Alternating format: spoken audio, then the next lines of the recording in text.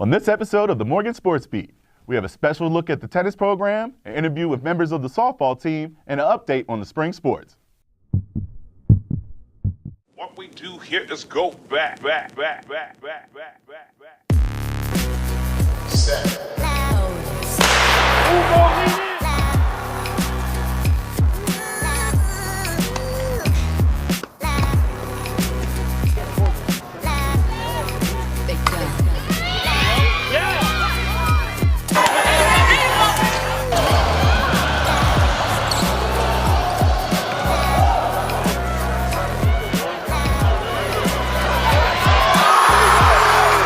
Welcome to the Morgan Sports Beat.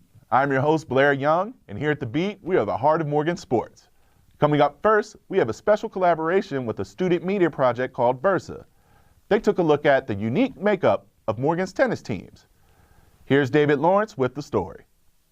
Welcome to Versa, Morgan State's look on in-depth storytelling. I'm David Lawrence. Consider this.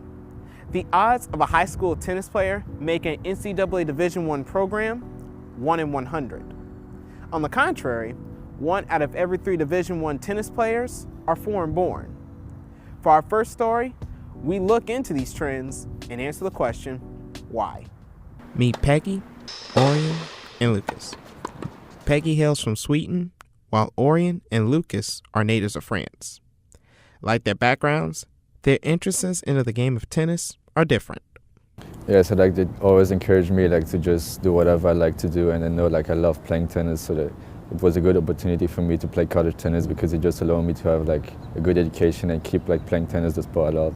Our next story is about the relationship between Morgan's pitchers and catchers on the softball team. They are on the verge of the most successful season in Morgan's history. They sat down and spoke to us about their experiences this year. The softball team has had a great year so far because of effort and teamwork. Part of the reason for success has been the pitching staff.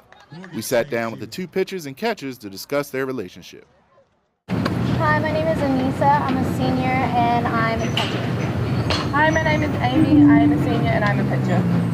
Hi, my name's Haley. I'm a sophomore and I'm a catcher. Hi, my name's Stephanie. I'm a sophomore and I'm a pitcher. These 4 have helped the team have a 2.81 earned run average and 9 shutouts this year. The 2 seniors have set the bar high, but the sophomores are not far behind. In-game success has helped develop the relationship, but they enjoy each other off the field as well. And then off the field, we definitely like to eat together. We go to the movies sometimes. We do movie nights at the house. So we definitely do a lot of activities together. Many can see the effort that pitchers give during a game. They throw long innings and rarely miss a start. On the other hand, the catcher's role isn't as easily defined. I think that the catcher has a job of trying to keep the pitcher calm at times when we get in a situation where we might have runners on and they just need a little bit of confidence to boost their self-esteem or whatever else you want to say. Our final story is a recap of the spring sports teams as they prepare for their respective MEAC tournaments. The men's tennis team has had an incredible season. They got off to a slow start at 1-4, but turned it around with a 14-match winning streak. They finished with a 15-4 record and went undefeated in conference play. Coach Matthew Towns was named MEAC Coach of the Year for leading the Bears to the number 1 seed in the Northern Division. They finished up the tournament as runner-up to South Carolina State, and with most of the team returning next year, the future is bright. The women's tennis team finished their season on a high note. They defeated the Hampton Lady Pirates to claim the 2018 MEAC Women's Tennis Championship. This was the first tennis championship since 1994 and is the only MEAC title won by a Morgan team this season. Senior Danielle Thompson had an outstanding year for the Lady Bears. After leading the team in wins, Danielle was awarded the MEAC Player of the Year as well as the most outstanding performer of the tournament. Thank you for joining me for another episode of the Morgan Sports Beat.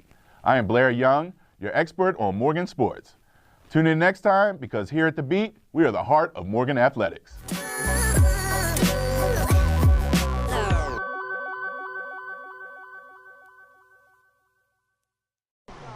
Morgan State had a campus visit from an unusual guest last week. Meet Charlie the Peacock. He's a special exhibit in Baltimore's annual art celebration, Light City. He came to the campus to help promote the event that took place over 3 weekends in April. Sponsored by WJZ 13, Charlie spent his time on the road traveling across Baltimore. Morgan was just one of the places on his list. University President Dr. Wilson joined a handful of students in welcoming the 12-foot bird to campus. We spoke to the artist behind the piece on their inspiration. It's we started at the First Light City, and we were originally thinking of some kind of bird, some kind of flashy thing, a peacock. A flamingo actually first started the idea, and it was kind of limiting. And while sitting at the welding table drinking beers, it popped into our heads. Charlie weighs about 1,500 pounds and is made of steel and LED lights. He travels by truck around Baltimore and was even displayed on the Inner Harbor for the final weekend of Light City. His role since the first event has expanded, as one of the artists explained. For the first Light City, they brought him back for Light City 2, and now he's back for Light City 3. That's exactly what it is, to hit these neighborhoods that people may not be going downtown to see Light City, bring Light City to them, Hundreds of volunteers showed up to Clifton Park for a day of service sponsored by Civic Works.